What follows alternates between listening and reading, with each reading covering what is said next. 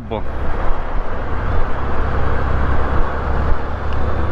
دخلني بنص المدينة ويا الدوامات، وهسه صار لي نص ساعة بعدني ما طالع، وهسه مرادة تسويها بس لا حقيقتي. ما شاء الله. نوتي البترول.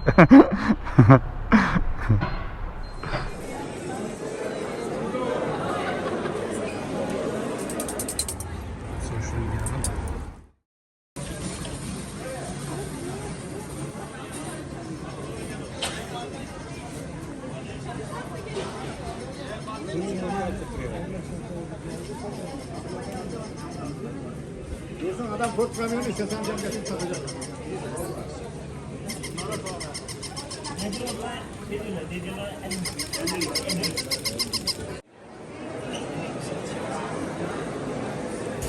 السوق المصري.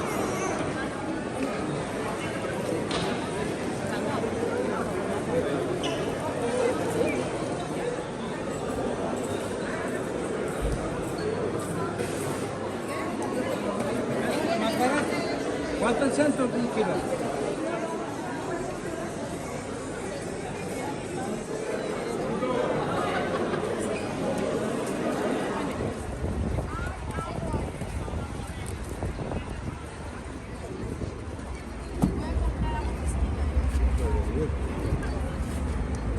Hi.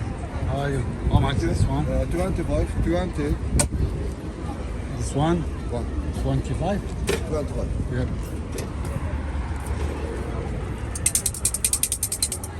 Social media.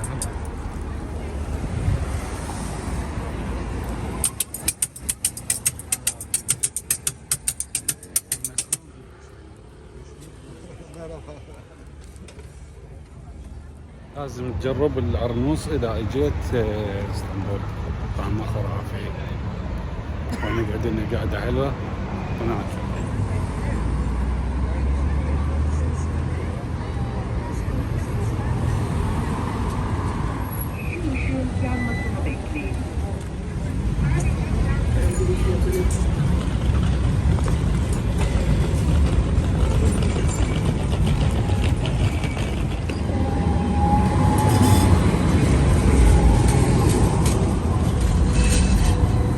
الساعة كنا هناك بالدراجة الصبح أول ما جينا.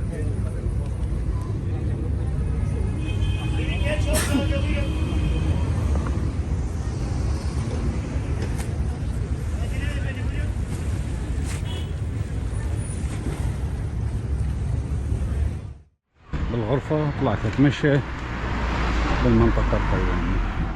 طبعا هذه المنطقة البارحة تجولت بيها بالليل كلها عبارة عن بارات وشرب بس، هذا يعني مو ديسكوات، بارات بس. فرجعت البارحة بالليل ما كملت مشي بيها لأن شو أسوي بشي أنا. حاليا نتوجه إلى مكان. شوف هذه الشوارع، شوارع تركية وأزقة ضيقة.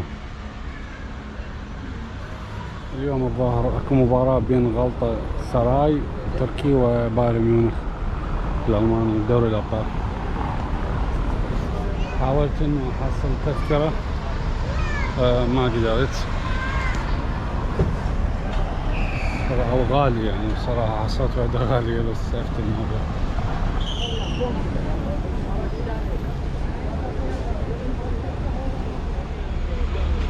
جماهير بايرن ميونخ. استغربت الجمهور كله يشرب، كل صغير وكبير كلها قاعد تسكر حتى يروحون يشوفون اللعبة. ما اعرف والله، هذا عادة تقاليد غريبة والله، استغربت. هنا البطالة يعني مثل ما تشوفون انه متروسة دارسة القاع والترمون مكان الزبالة، كلها بطالة الشرب، يشربوا ويروحون المباراة. كلهم لقيتهم قاعدين عائلة بعائلتها. المهم هنا صار نقطة تجمع جمهور بايرن ميونخ حتى ينقلوهم للملعب.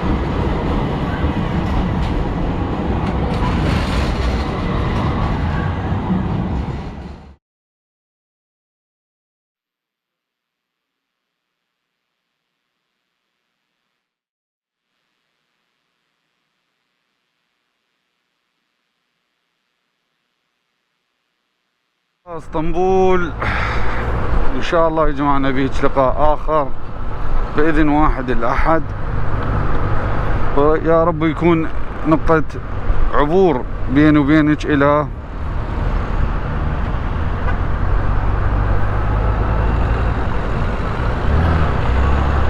اوروبا.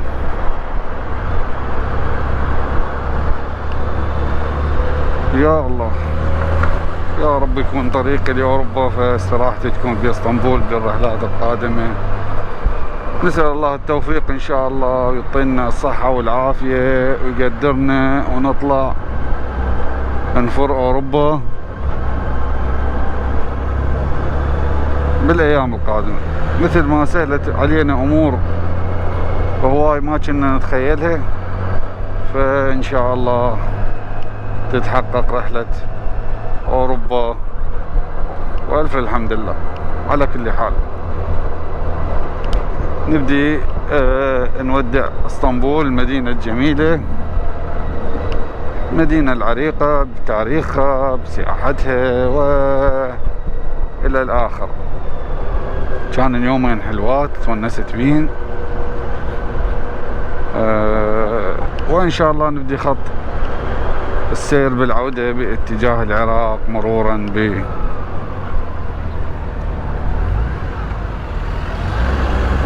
مرورا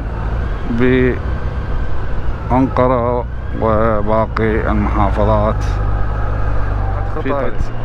التقيت وما انتبهت له، دخلنا بنص المدينة ويا الدوامات، وهسه صار لي نص ساعة بعدني ما طالع. اسطنبول يعني تنتبه، كون كلش ضروري، لان قلت لك شارع واحد شوف صار لي نص ساعة ما طالع من المدينة، بس اخلص. والحمد لله والشكر يا شباب، وحاليا على جسر البسفور التركي. فنوخر عن هذه المشي حتى يكون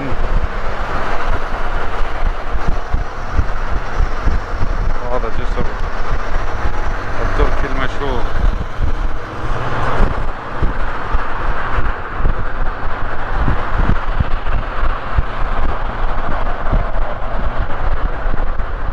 والحمد لله والشكر، أجواء خرافية.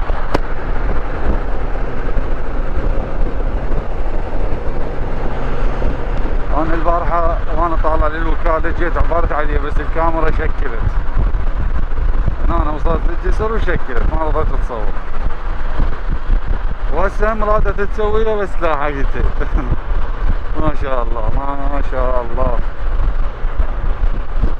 من البصرة على الدراجة وعلى جسر البسفور في تركيا اسطنبول، مسافة 3000 وشوية كيلو.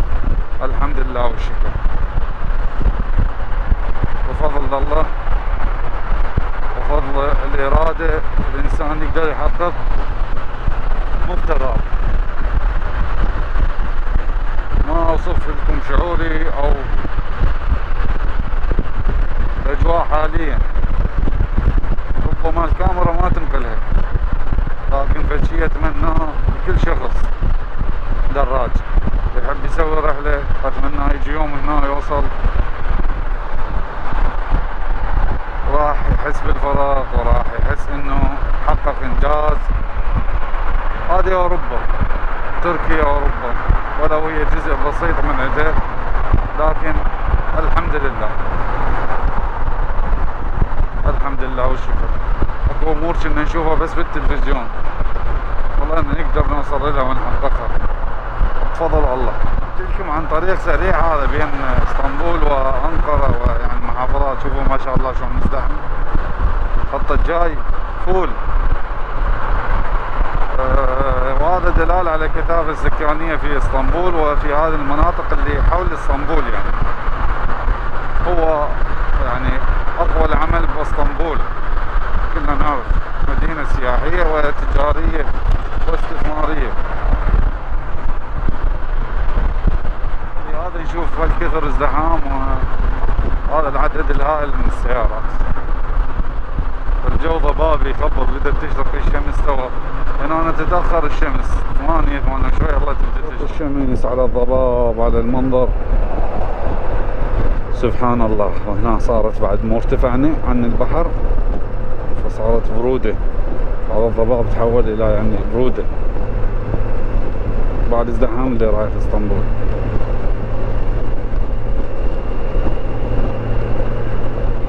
خلنا نستنشق هذا الهواء الطيب.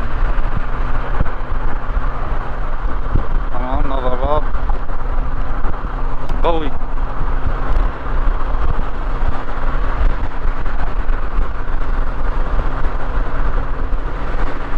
ويا الله يا الله هذا خط سريع. خلاص رجينا بنودع اسطنبول، طلعنا من زحمة المدينة والامور جيدة والحمد لله. طلعنا من اسطنبول نطبق بمحطة نعبي بنزين والباش يجي نطبق ناخذ لنا شي اكله. البس مبصرة لان بردت بصراحة. نشوف شنو الوضع مالته. فول يلا. ديزل. نو ديزل بترول. ثانك يو.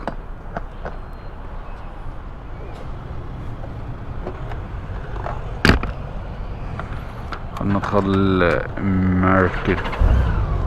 هوبا هوبا هوبا هوبا هوبا.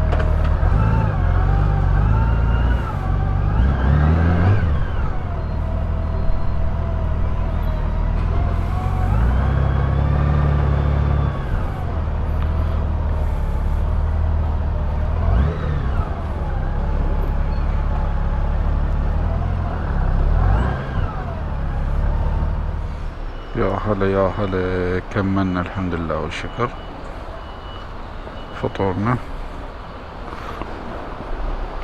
نتوكل على الله.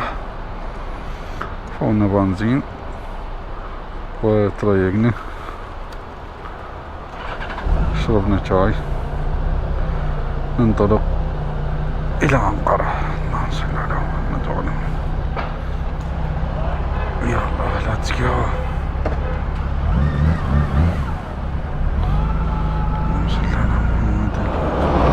مرحبا يا شباب. بدأ الجو الشتوي الحقيقي. حاليا قريبين على مدينة بولو والجو بارد هنا في هذه المناطق.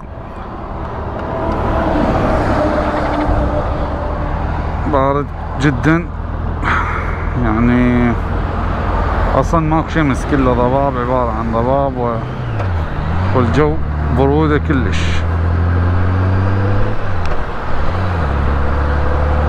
شوف المناظر الخلابة بين الجبال والخضار والضباب. هسه بدأت تطلع الشمس شوية.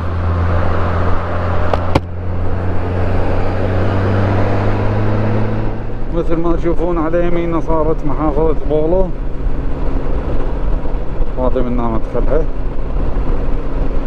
بولو مدينة معروفة، هم كان يسكنها عراقيين فترة التقديم عجوان والهجرة، وايد كان يسكنوا عراقيين. مدينة باردة حتى بالصيف باردة.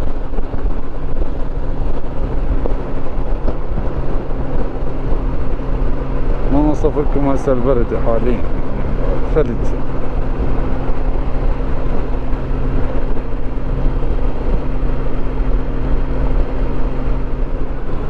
هذه مدينة بولو،